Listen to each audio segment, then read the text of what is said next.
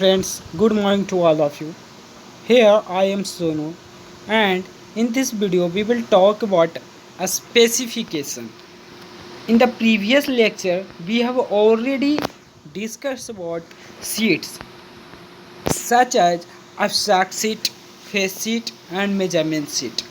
In this lecture, we will talk about general specification of first class building या बोल सकते हैं कि बिल्डिंग। ठीक है, तो सबसे फर्स्टली जो स्पेसिफिकेशन में आता है तो वो आता है फाउंडेशन एंड प्लिंथ। जो फाउंडेशन एंड प्लिंथ जो होगा उसको हम लोग क्या करते हैं, देखिए फाउंडेशन एंड प्लिंथ। तो इस टाइप में अगर फाउंडेशन और प्लिंथ अगर रहेगा तो फाउंडेशन एंड प्लिंथ को हम लोग सबसे फर्स्टली क्या करते हैं कि ब्रिक वर्क, और अगर इनलाइन मोटर से अगर हम लोग ब्रिक वर्क कर रहे हैं अगर फर्स्ट क्लास ब्रिक को, तो उसमें क्या करेंगे 1:6 का हम अगर वहाँ पे वैल्यू लेकर चलते हैं 1:6 का लाइम मोटर में, और सीमेंट मोटर भी है तो उसका सेम ही लेकर चलेंगे। और लाइम अगर कंक्रीट लेकर चल रहे हैं तो 1:4:8 के लिए हम लोग लेकर चलते हैं। तो सो फ्रेंड्स, इसमें फाउंडेशन में आप लोग क्लियर हो गया होगा क्या स्पेसिफिकेशन में क्या कि हम लोग फाउंडेशन का कितना कितना रेशियो में बनाते हैं। तो इसके बाद में डीपीसी, आप लोग डीपीसी के नाम जानते होंगे जिसको डैम प्रूफ कोर्स बोला जाता है। डीपीसी को 2 सेंटीमीटर थिक हम लोग लेते हैं, और इसमें क्या कि सीमेंट कॉन्क्रीट का जो रेशियो होता है फ्रेंड्स वो होता है 1:1/2:1/3। ये देखिए फ्रेंड्स, ये जो है यहाँ पे देखिए 1/2, जैसे ये 1:1/2:3 है विथ वाटर।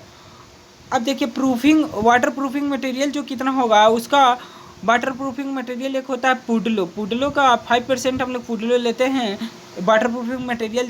लाइक पुडलो मतलब पुडले एक जो है वो एक वाटर प्रूफिंग मटेरियल होता है, इसको 5% हम लोग यूज करते हैं। फिर आता है फ्रेंड्स सुपर स्ट्रक्चर क्या होता है, तो सुपर स्ट्रक्चर मतलब क्या कि सबसे जो बिल्डिंग जो बनेगा फाउंडेशन लेवल के बाद में जो अपर द प्लिंथ लेवल उसको सुपर स्ट्रक्चर बोलते हैं। तो सुपर स्ट्रक्चर में क्या होता है कि वहाँ पे फर्स्ट क्लास ब्रिक वर्क सबसे आगे करेंगे, और उसके बाद में क्या होगा विथ लाइम मोटार और सीमेंट मोटार। जो लाइम मोटार और सीमेंट मोटार का जो रेशियो होगा फ्रेंड्स वो होगा 1:6। फिर आता है रूफिंग क्या होता है कि roof shall be RCC slab, जो रूफ होगा वो आरसीसी स्लैब का होना चाहिए with an insulation layer and lime concrete terracing above. देखिए जो इंसुलेशन लेयर हम लोग लेते हैं इसलिए ताकि जो वहाँ पे जैसे इंसुलेशन लेयर हम लोग लेंगे तो वहाँ पे जो लीकिंग होगा रूफिंग मटेरियल में वो बंद हो जाता है, जब वहाँ पे लाइम टाइल्स ऐसे लिया जाता है। फिर देखिए कि लाइम कंक्रीट ट्रेसिंग, वही लाइम ट्रेस जो हम बोल चुके हैं एवब, वहाँ पे जो लेयर लिया जाता है लाइम ट्रेस, उसके बाद में सपोर्टेड ओवर जॉइंट्स और आरसीसी जॉइंट्स और बीम्स और रिक्वायर्ड। जैसे उसका सपोर्ट कैसे जाता है कि वहाँ आरसीसी बीम तक उसको रूफिंग मटेरियल को हम लोग लेयर वाइज लगा देते हैं। जैसे लेयर वाइज में लाइम ट्रेस को वहाँ पे 10 सेंटीमीटर अप्रॉक्स, तो जो देखिए जनरल जो स्पेसिफिकेशन है वो 10 सेंटीमीटर हम लोग लाइन टेरेस को लगाते हैं। अब उसके बाद में आता है फ्लोरिंग क्या होता है, फ्लोरिंग मतलब फ्लोरिंग में सबसे आगे देखेंगे कि drawing room and dining room floor shall be mosaic bathroom. देखिए जो ड्राइंग रूम और जो वहाँ पे डाइनिंग रूम होगा मोजाइक का, यहाँ पे मोजाइक एक मार्बल का नाम आता है, तो मोजाइक का वहाँ पे हम लोग उपयोग करते हैं। फिर bathroom and WC floors and dado shall be of mosaic. जो बाथरूम और जो WC फ्लोर्स और डैडो जो होता है वो मोजाइक का ही हम लोग उपयोग करते हैं। Floors of bedroom shall be colour, जो फ्लोर्स ऑफ बेडरूम, जो बेडरूम का फ्लोर होगा उसको कलर हम लोग उपयोग करते हैं। एंड पॉलिश, जो कलर और पॉलिश का वहाँ पे ज़्यादातर उपयोग किया जाता है बेडरूम्स में, जो कि 2.5 centimetre cement concrete over 7.5 centimetre lime concrete. अगर देखिए कि 2.5 सेंटीमीटर सीमेंट कॉन्क्रीट का उसमें लगाया जाता है, उसके बाद में 7.5 सेंटीमीटर अप्रॉक्स लाइम कॉन्क्रीट का, उसके बाद में वहाँ पे कलर किया जाता है। Floors of other shall be 2.5 centimetre cement and 7.5 centimetre lime concrete polished.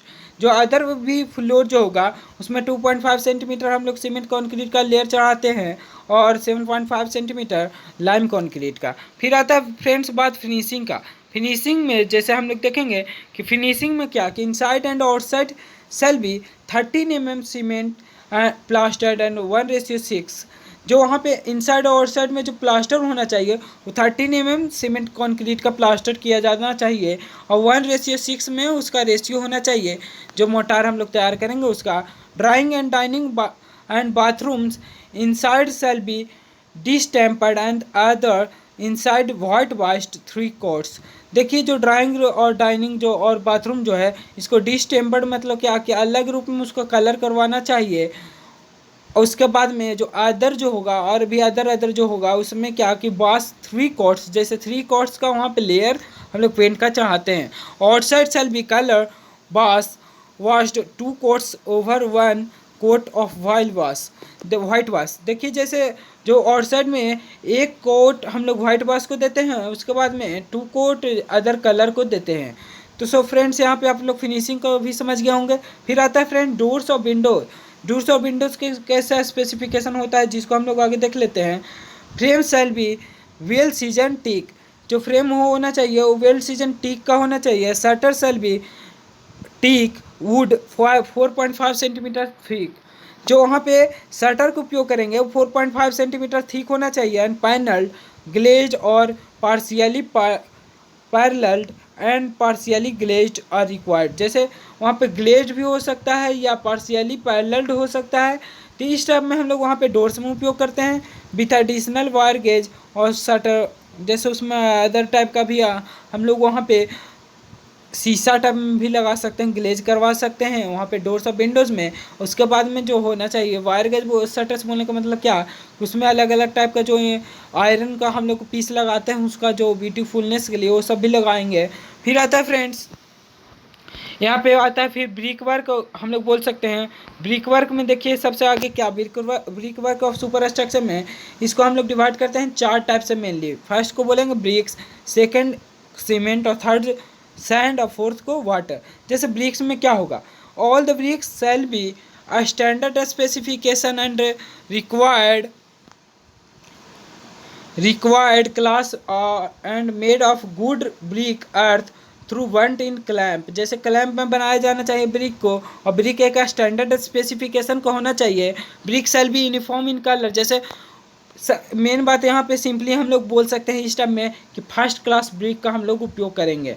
ठीक है, फर्स्ट क्लास ब्रिक का यूनिफॉर्म कलर होगा, टेक्सचर ठीक होगा, रेगुलर इन शेप होगा, साइज भी ठीक होगा, उसका एज भी एक फिक्स मैनर में होगा, शेप और स्क्वायर देखिए शार्प एंड स्क्वायर जो एज होगा उसका शार्प और स्क्वायर में शेप में होगा। तो इस सब जो क्वालिटी होता है वो फर्स्ट क्लास ब्रिक में होता है। तो सिंपली बोल देंगे कि फर्स्ट क्लास ब्रिक का हम लोग उपयोग करते हैं। ठीक है, तो इसके बाद आता है फ्रेंड्स बात कि वहाँ पे फर्स्ट क्लास ब्रिक का उपयोग करेंगे। उसके बाद में the bricks should not break if it is dropped from a height of 1 metre. First class brick का ही यहाँ पे स्पेसिफिकेशन बता रहा है। फर्स्ट क्लास ब्रिक को ही होना चाहिए क्या कि अगर 1 मीटर का हाइट से अगर ब्रिक को गिरा दिया जाए, अगर 1 मीटर हाइट से अगर ब्रिक को गिरा दिया जाए नीचे की ओर अगर ब्रिक को गिरा दिया जाए तो वहाँ पे ब्रिक क्या होना चाहिए, ब्रोकन पीस में नहीं होना चाहिए, ब्रोक नहीं होना चाहिए, जैसे इस शेप में नहीं होना चाहिए, जैसे ब्रिक इस शेप में है तो इस शेप में नहीं होना चाहिए, डिवाइड नहीं होना चाहिए। ठीक है, तो हम लोग इस स्टेप में समझ गए। अब इसके बाद में आता है फ्रेंड्स कि ब्रिक सेल नॉट एब्जॉर्ब 15%। यहाँ पे देखिए एक इंपॉर्टेंट पॉइंट बता रहा है कि ब्रिक को होना चाहिए 15% वाटर, जो 15% ऑफ इट्स वेट, उसका जो इतना भी वेट होगा ब्रिक का उसका 15% वाटर एब्जॉर्ब नहीं करना चाहिए 1 घंटा में। जब उसको 1 घंटा तक अगर हम लोग कोई भी अगर ब्रिक को अगर सोक करके रखें वाटर में तो उसका जो एक्चुअल जो वेट होगा उसका 15% वेट उसका वाटर का एब्जॉर्प्शन नहीं होना चाहिए। और उसके बाद में क्या, brick shall have a minimum crushing strength 105 kg per metre cube. जो ब्रिक का हम लोग इस्तेमाल करेंगे उसका crushing value 105 kg per metre square होना चाहिए। अब सीमेंट का बात आता है, सीमेंट में क्या हम लोग लेते हैं स्पेसिफिकेशन जिसको देखते हैं फ्रेंड्स। देखिए जो सेकंड यूनिट आता है हमारा, सेकंड जो टॉपिक आता है वो सीमेंट आता है। सीमेंट में क्या, सीमेंट सेल, सीमेंट को हम लोग इस टाइप में लेते हैं कि सीमेंट का जो हम लोग उपयोग करेंगे वो फ्रेश होना चाहिए और not stored from more than 30 days. 30 days से ज़्यादा वहाँ पे स्टोर नहीं 30 डेज से ज़्यादा सीमेंट को स्टोर करके नहीं रखा जाना चाहिए। Ordinary Portland cement confirming to IS 269 to 1958, जो OPC है, ऑर्डिनरी पोर्टलैंड सीमेंट, जो OPC का हम लोग इस्तेमाल करते हैं वो IS कोड 269 टू 1958 के अनुसार होना चाहिए। It shall be uniform in colour and free from lumps gritty materials. If doubtful cement should be checked and subjected to test and use only if found satisfactory. जैसे बोलने का मतलब क्या है, देखिए फ्रेंड समझते हैं कि अगर जो सीमेंट बैग जो होता है, सीमेंट बैग का एक फिक्स्ड सीमेंट बैग अगर हम लोग ओपन करते हैं तो ठीक है, आप लोग जानते होंगे कि थर्ड से में हम लोग check how to check cement के बारे में हम लोग पढ़ें, तो उसमें क्या होता है कि हम लोग सबसे आगे सीमेंट को बैग को क्या करते हैं, आगे ओपन अप करते हैं। ओपन अप करने के बाद में क्या होता है, अपने हम लोग हैंड को उसमें डीक आउट करते हैं। डीक करने के बाद में हम लोग का कोल्ड फीलिंग आना चाहिए कि अंदर थोड़ा सा ठंडापन होना चाहिए।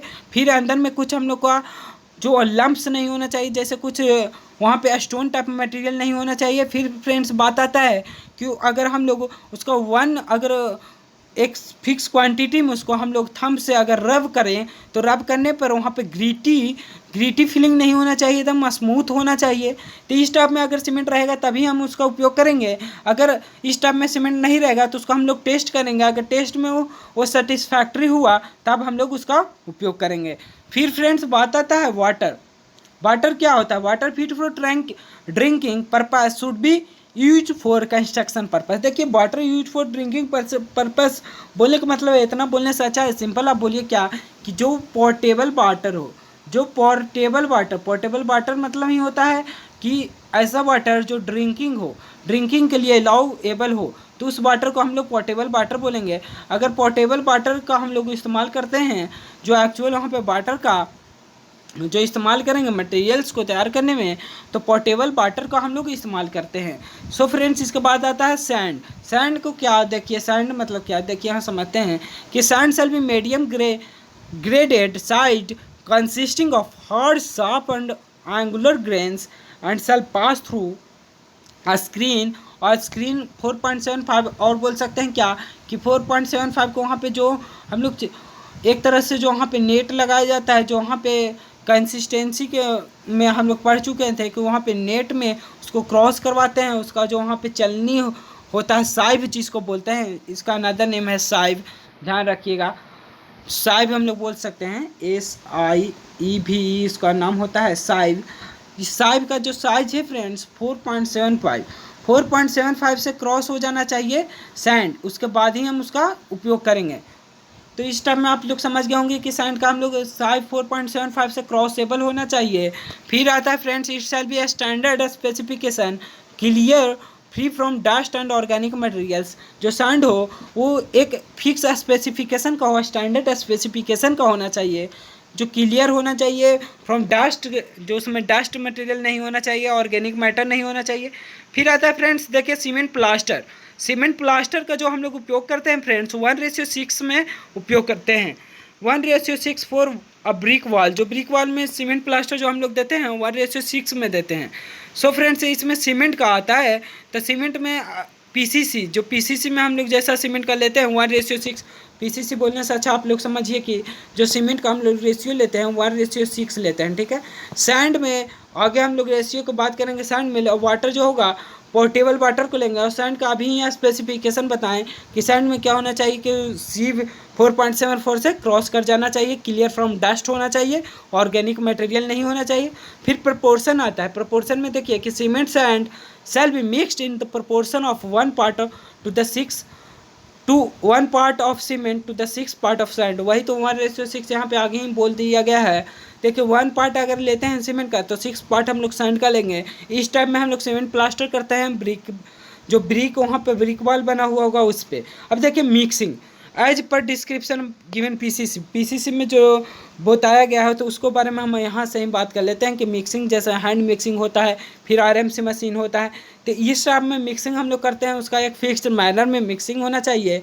तो उसके बाद में scaffolding shall be single sufficiently strong to be safe for all construction operation and must be approved by engineer। जो स्कैफोल्डिंग जो स्ट्रट्स के हम लोग उपयोग करते हैं वो इंजीनियर से अप्रूव्ड होना चाहिए और सफिशेंटली स्ट्रॉन्ग होना चाहिए, ताकि जो वहाँ पे जो मेंबर जो हम लोग रूफिंग मटेरियल का जब वहाँ पे इस्तेमाल करेंगे तो वहाँ पे स्कैफोल्डिंग में कोई ज़्यादा नुकसान नहीं होना चाहिए, वो इतना ही मजबूत होना चाहिए कि वो ऊपर वाला जो लोड हो उसका वो अपने से कवर कर सके। फिर आता है फ्रेंड्स प्रीलिमिनरी वर्क को हम लोग देखते हैं कि in case of old work all joints shall be raked out to a depth equal to their width. अगर ओल्ड वर्क है तो जितना भी जो जॉइंट्स होगा वो विड्थ और डेप्थ में इक्वली हम लोग डिवाइड करेंगे। फिर smooth surface if any shall be rubbed.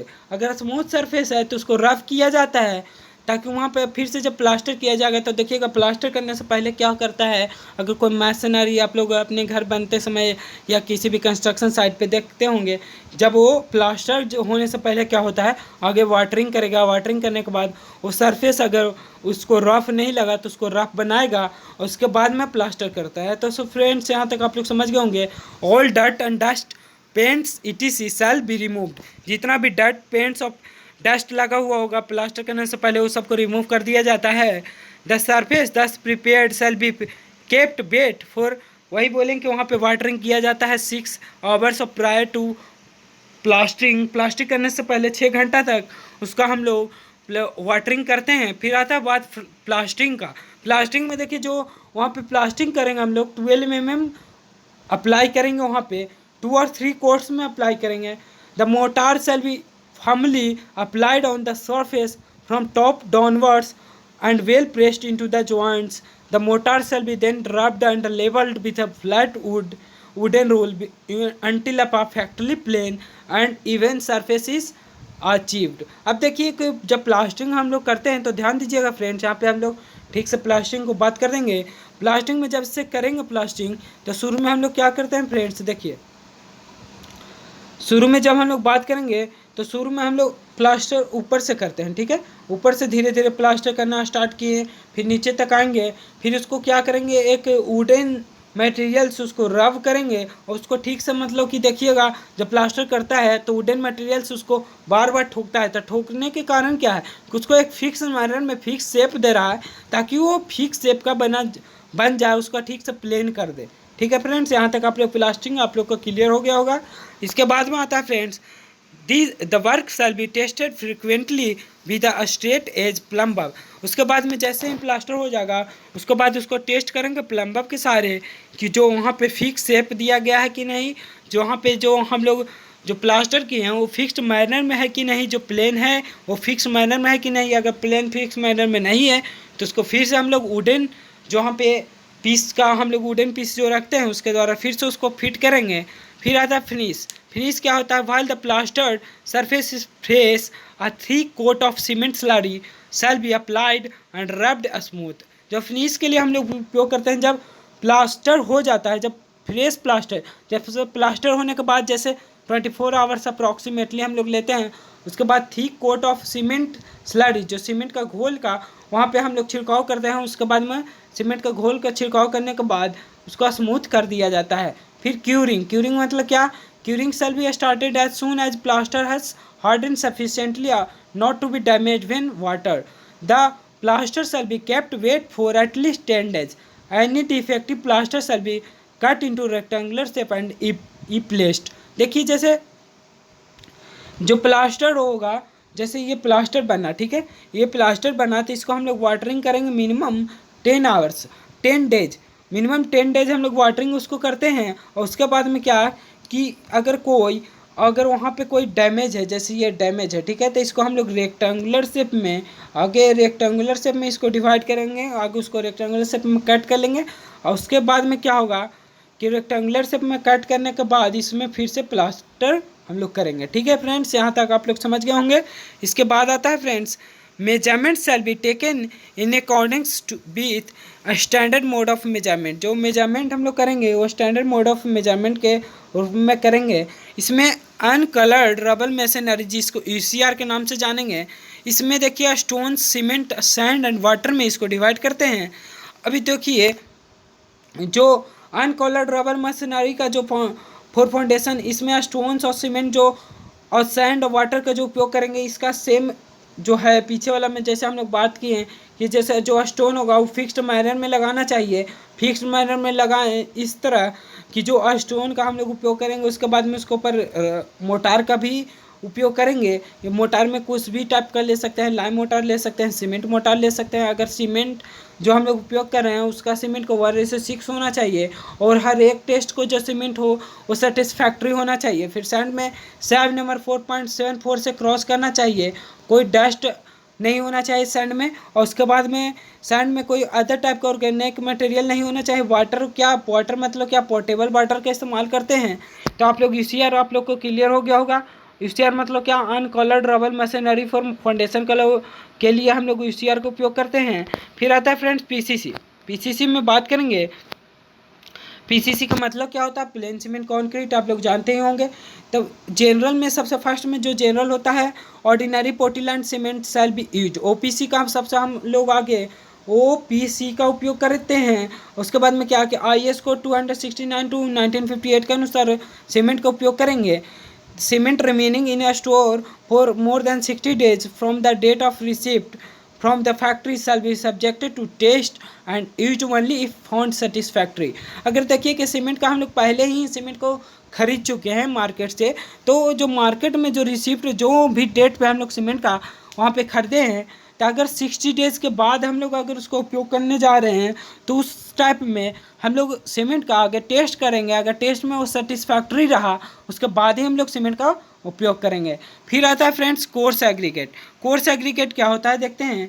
Course aggregate shall be hard broken stone of granite और similar stone free from dust और अदर ऑर्गेनिक मटेरियल्स। जो कोर्स एग्रीगेट हो वो hard broken stone of granite, जो granite और other type का जो stone हो उसका हार्ड पार्ट हो, जो ब्रोकन पीस हो, जो हार्ड पार्ट होना चाहिए, वो इतना कड़ा होना चाहिए, समय सफिशेंटली हार्ड होना चाहिए ताकि जो लोड आए उसको वो अच्छे से अपने ऊपर ट्रांसफ़र कर सके, वो अपने नीचे वाला लेवल तक।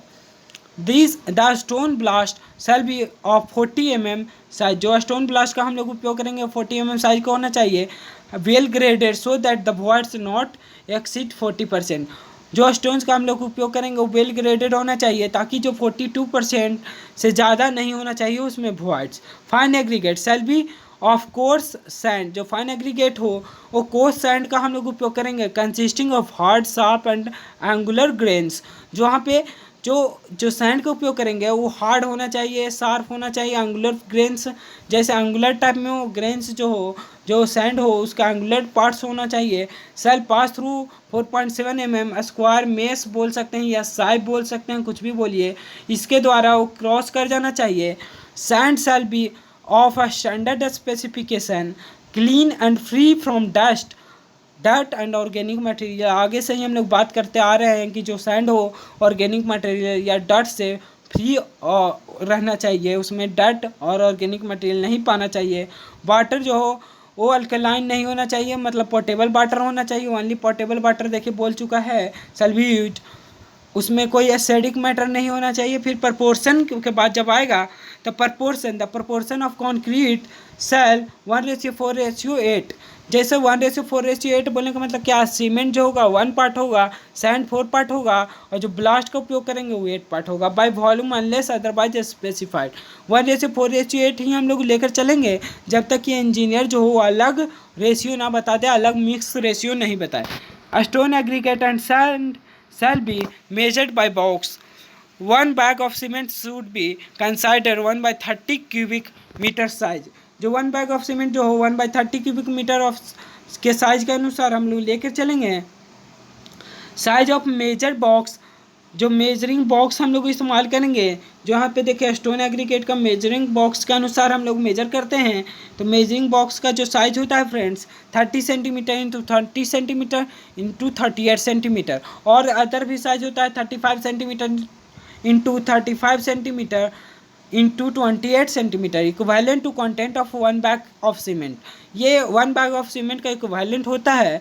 इसका जो साइज होता है 1 बैग ऑफ सीमेंट का, जितना जो वहाँ पे मटेरियल होगा इसमें फिक्स इक्विवेलेंट टाइप में ही वहाँ अट जाएगा, ठीक है।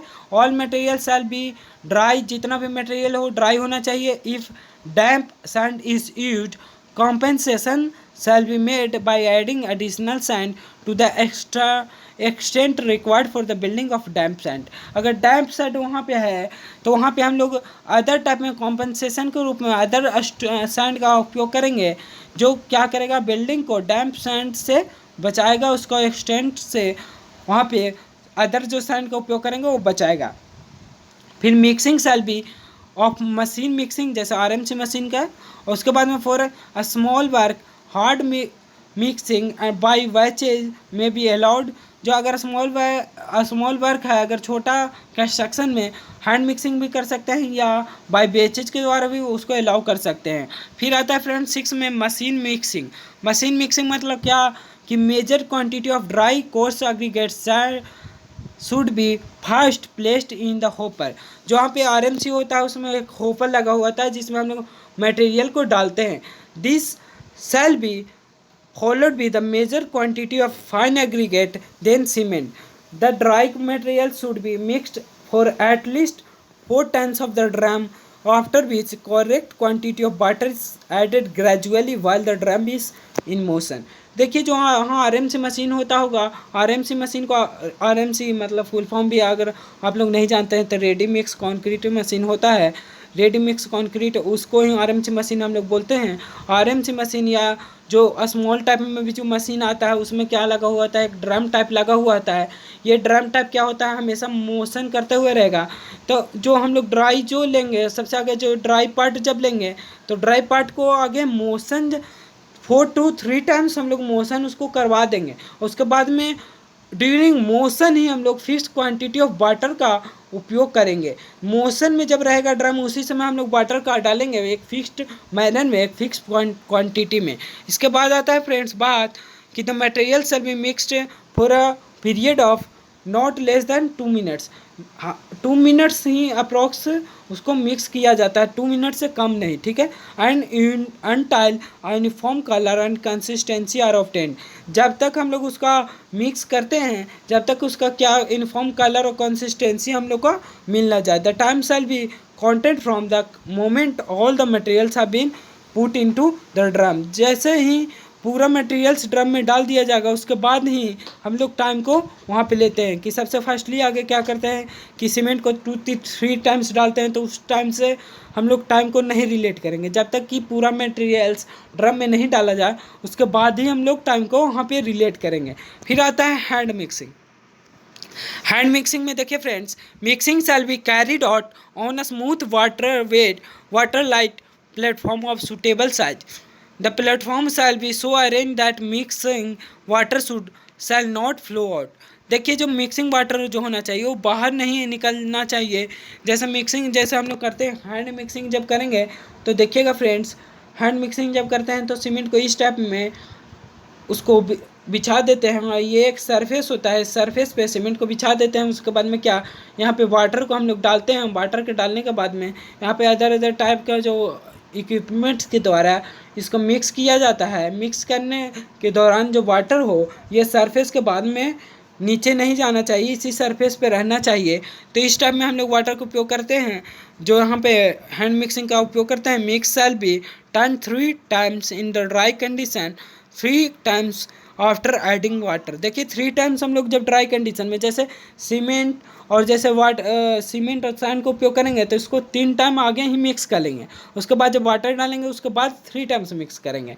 तो लेइंग एंड कॉम्पैक्टिंग, इसके बाद में एक पॉइंट आता है लेइंग और कॉम्पैक्टिंग। जो पॉइंट है उसमें देखिए, bed of foundation trenches shall be light sprinkled with water before the concrete it's lead.